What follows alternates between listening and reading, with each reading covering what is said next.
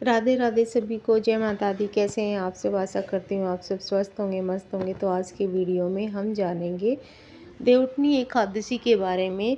तो देवउठनी एकादशी को देवोत्थान एकादशी के नाम से भी जानते हैं।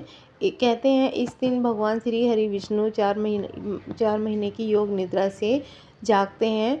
तो इस दिन की के व्रत और पूजा का विशेष महत्व है। तो देखिए, अगर आप को और कोई एकादशी नहीं भी कर पाते हैं, वैसे तो हमें साल की हर एकादशी का व्रत रखना चाहिए, लेकिन अगर आप किसी कारणवश हर एकादशी का व्रत नहीं कर पाते हैं तो आपको देवउठनी एकादशी का व्रत तो और उसकी पूजा तो करनी ही चाहिए, क्योंकि ये बहुत इस दिन भगवान विष्णु, श्री हरि विष्णु की कृपा आपके ऊपर विशेष रूप से आती है।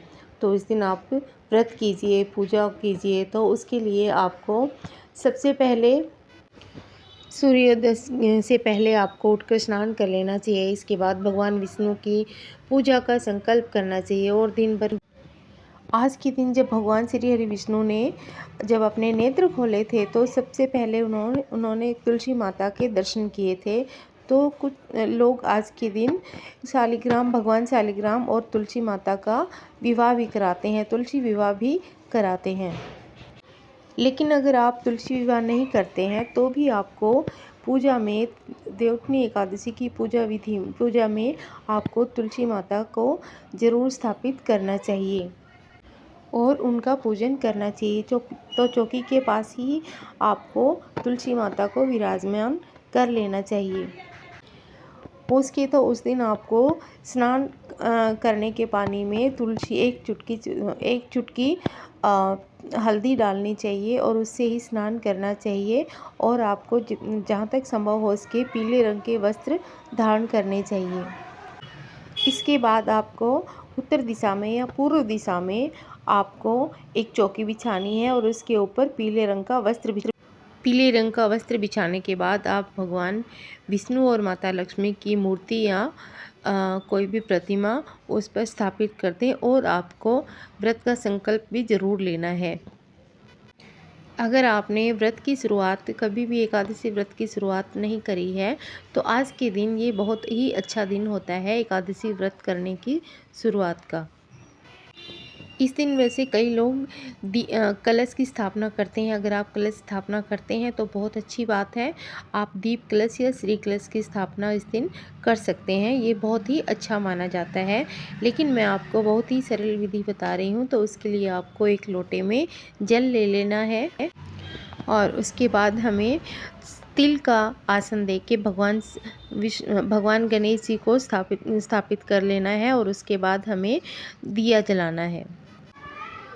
तो क्योंकि अग्नि जो है हमारे पाठ की साक्षात होती है, तो आप सबसे पहले पूजा करने की शुरुआत में ही आपको दीपक और धूप जला लेनी चाहिए। तो वैसे तो देखिए, आज के दिन देवउठनी एकादशी बहुत बड़ी एकादशी है, तो हो सके तो आपको अखंड दीप जलाना चाहिए। लेकिन अगर इतना संभव नहीं है तो आप दीपक में इतना घी तो ज़रूर डालें कि पूजा करने के बाद भी कुछ समय तक वो जलता रहे।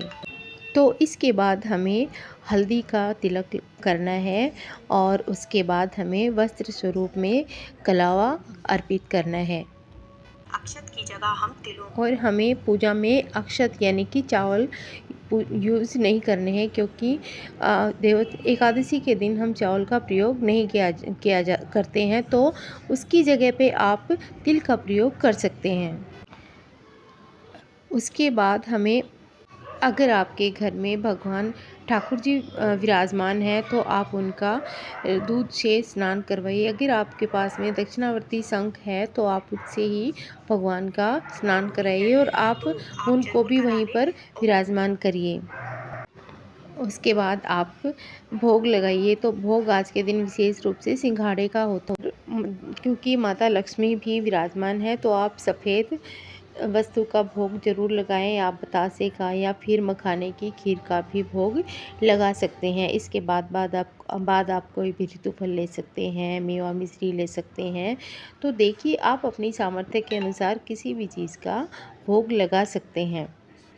और भोग की जितनी भी सामग्री है या जल का पात्र है, तो आप उन सब में तुलसी दल यानी कि तुलसी के पत्ते ज़रूर डाल दें। और उसके बाद आपको हाथ में फूल लेकर देवउठनी एकादशी की कथा सुननी है, क्योंकि अगर आपके पास पुस्तक है तो बहुत अच्छा है, नहीं तो आप मोबाइल से भी कथा सुन सकते हैं। और कथा करने के बाद आपको भगवान श्री हरि विष्णु की आरती करनी है और उनसे क्षमा याचना करनी है, उनसे प्रार्थना करनी है कि आपके घर में भगवान श्री हरि विष्णु का आशीर्वाद बना रहे। तो इसी के साथ दोस्तों आज का वीडियो ख़त्म कर रही हूँ। आशा करती हूँ आपको वीडियो पसंद आया होगा, और अगर आपको वीडियो पसंद आया तो प्लीज़